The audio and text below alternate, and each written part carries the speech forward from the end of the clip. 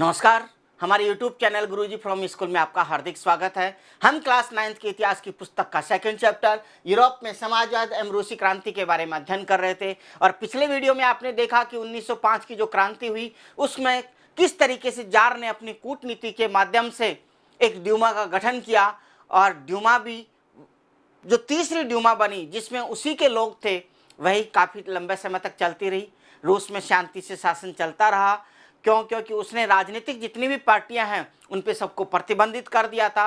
लेकिन 1914 के बाद में कुछ घटनाएं ऐसे होती हैं जिसकी वजह से रूस में कुछ परिवर्तन होता है। तो आइए इस वीडियो में जानते हैं कि रूस में 1914 में क्या होता है। 1914 में प्रथम विश्व युद्ध प्रारंभ होता है। तो प्रथम विश्व युद्ध और रूसी साम्राज्य में क्या संबंध है, उसका किस तरीके की घटनाएं घटी, वो इस वीडियो में देखते हैं। सबसे पहले तो बात करेंगे अपन कि ये प्रथम विश्व युद्ध को प्रथम विश्व युद्ध क्यों कहा गया है। दूसरा इससे बात करेंगे इसके बारे में कि जो रूसी साम्राज्य में इस प्रथम विश्व युद्ध से क्या संबंध रहा। और तीसरे स्तर पे अपन बात करेंगे कि प्रथम विश्व युद्ध का रूसी साम्राज्य में क्या घटनाक्रम हुआ। और फिर बात करेंगे अपन कि प्रथम विश्व युद्ध का रूसी साम्राज्य पर प्रभाव क्या पड़ा। सबसे पहले बात करते हैं इस विश्व युद्ध के बारे में। तो मैप में यहाँ पे आप देख पा रहे हैं, यहाँ पे जर्मनी, ऑस्ट्रिया, बुल्गारिया, टर्की, ये एक ग्रुप बना हुआ है प्रथम विश्व युद्ध में। और दूसरा जो ग्रुप है वो है रसिया,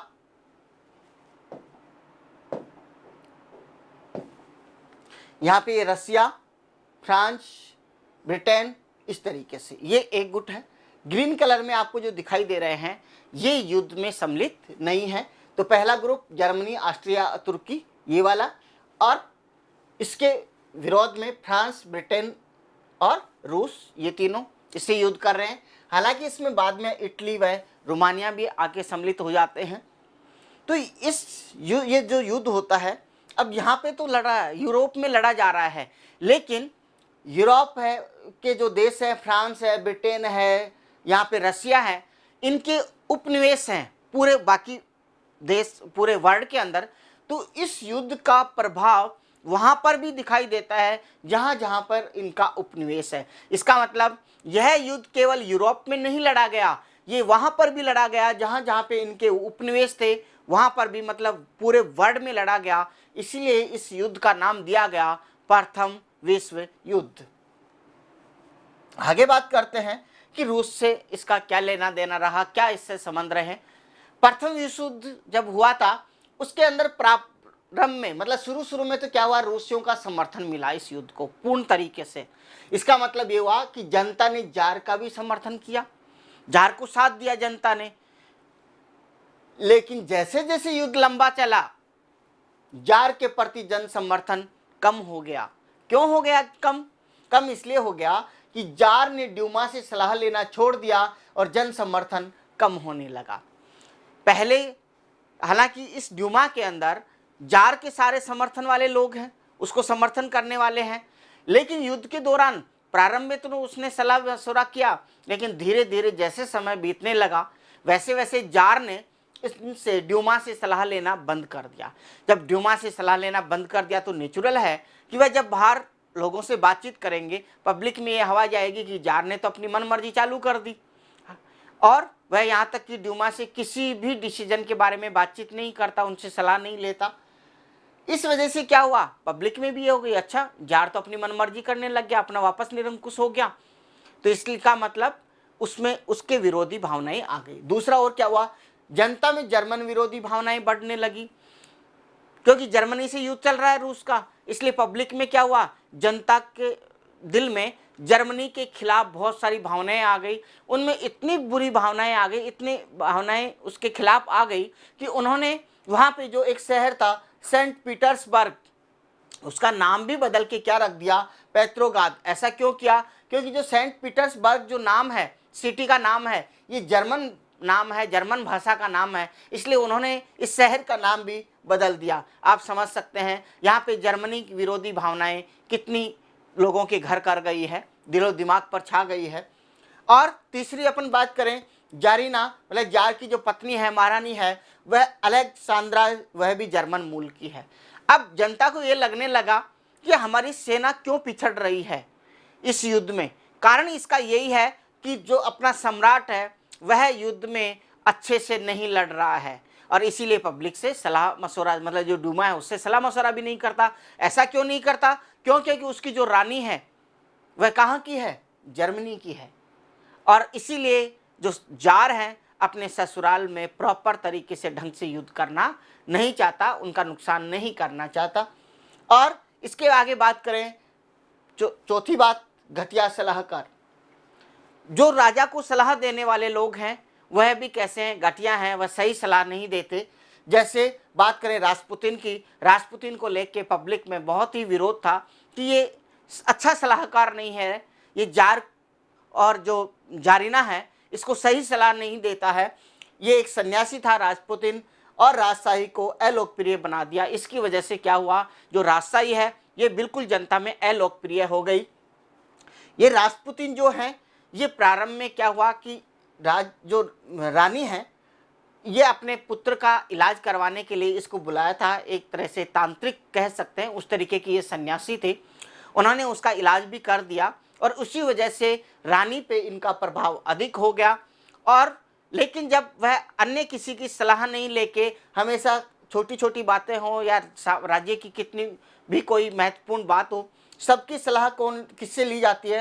रासपुतिन से। जब रासपुतिन से सलाह लेने लग गए तो पब्लिक जो है वह उसके विरोधी हो गई कि ये रासपुतिन ने कुछ जादू टोना कर रखा है किस पे, राजा और रानी से, जिसकी वजह से जो जार है वह ड्यूमा से सलाह नहीं लेता, इसी से सलाह लेता है। ऐसा लोगों में भावनाएं पैदा हो गई, जिसकी वजह से क्या हुआ, जो राजशाही है वह अलोकप्रिय होती गई। और जैसे जैसे आपको पता है अलोकप्रिय होएगा राजा, तो जनता ने उसका साथ देना छोड़ दिया। अपनी यही बात कर रहे थे कि जार का समर्थन कम क्यों हो गया।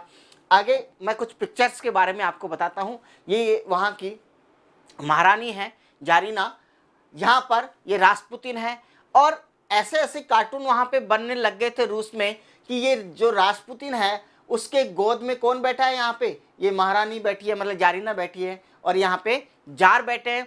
इसका मतलब ये हुआ कि इसका रासपुतिन का प्रभाव इतना अधिक हो गया एक तरीके से कि राजा और रानी भी उसकी गोद में खेलते हैं। मतलब साम्राज्य पूरा कौन संभालता है? यही संभालता है। जैसी ये सलाह देगा जो जार है वैसा ही करता है, और ये एक अच्छा सलाहकार नहीं है। कौन? रासपुतिन। ऐसा लोगों की भावनाएं हो गई। इसके अलावा अन्य बात करें,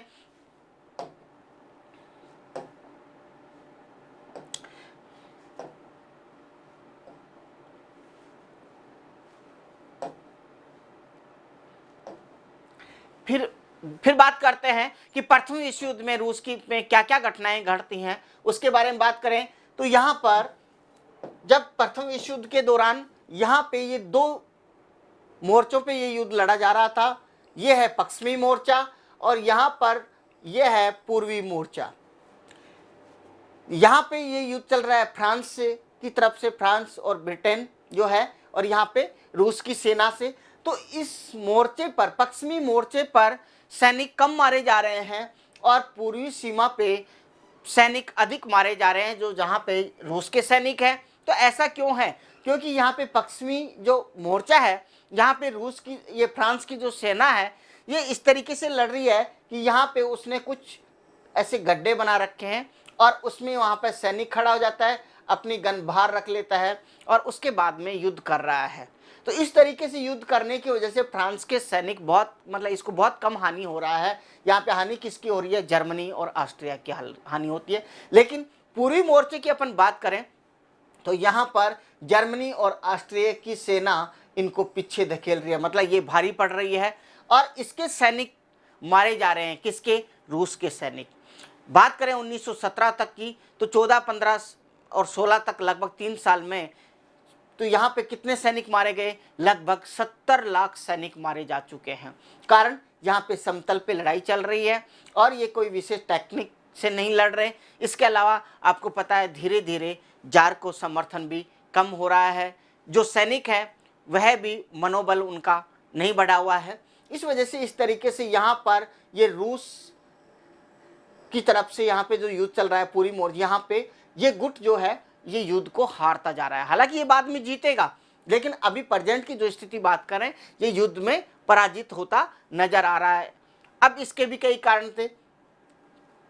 एक तो रूस की सेना जैसे जैसे पराजय क्यों हो रही है और इसका मनोबल गिरता जा रहा है। गिरने का कारण यही है कि उस जार का प्रॉपर समर्थन नहीं है। समर्थन का मतलब जार का समर्थन कौन नहीं कर रहा, जनता नहीं कर रही। इस वजह से सैनिकों का मनोबल गिरेगा ही, क्योंकि वो भी तो जनता का हिस्सा ही है। इसके आगे अपन बात करें, पीछे हटती रूसी सेनाओं ने रास्ते में पड़ने वाली इमारतों और फसलों को नष्ट कर दिया। अब सेना पीछे हट रही है, लेकिन हटते हुए जो रास्ते में गांव आ रहे हैं, जो खेत आ रहे हैं, उन सब में आग लगाई जा रही है। आग लगाने का कारण, हालांकि सैनिकों का पर्पस तो ये था कि जो दुश्मन सेना उनके पीछे आ रही है वह क्या हुई, वहां पे टिक नहीं सके, उनको खाने पीने के लिए नहीं मिले, जिससे कि वह वहीं पे या तो वापस लौट जाएं या उनका बहुत क्षति हो, उनका नुकसान हो। लेकिन आपको पता है ऐसा करने से जो रूस की जनता है वह भी क्या हो गई, बेघर हो गई। लगभग 70 लाख लोग क्या हो गए, शरणार्थी हो गए, क्योंकि उनके खेत जला दिए गए और जो मकान थे उनको भी जला दिया गया। तो क्या हो गए, वो लोग बेघर हो गए। और जब इस तरीके से उसी देश की सेना वही नागरिकों को ऐसा करेगी तो क्या वह समर्थन देगी, नहीं देगी। आप भी सोच सकते हैं ऐसा। और अब क्या हुआ, क्योंकि वह भी सिपाही भी क्या है, एक जनता का हिस्सा ही है, जनता का ही पार्ट है। इसलिए अब क्या करने लगा, सिपाही भी युद्ध नहीं लड़ना चाहता। इस तरीके से ये घटनाक्रम घटता है प्रथम विश्व युद्ध में रूस के अंदर। अब इसके बाद वहाँ पे क्या घटना घटती है, इसके क्या इम्पैक्ट होते हैं, इन प्रभावों को जानने के लिए हमारा नेक्स्ट वीडियो देखें। Thank you for watching.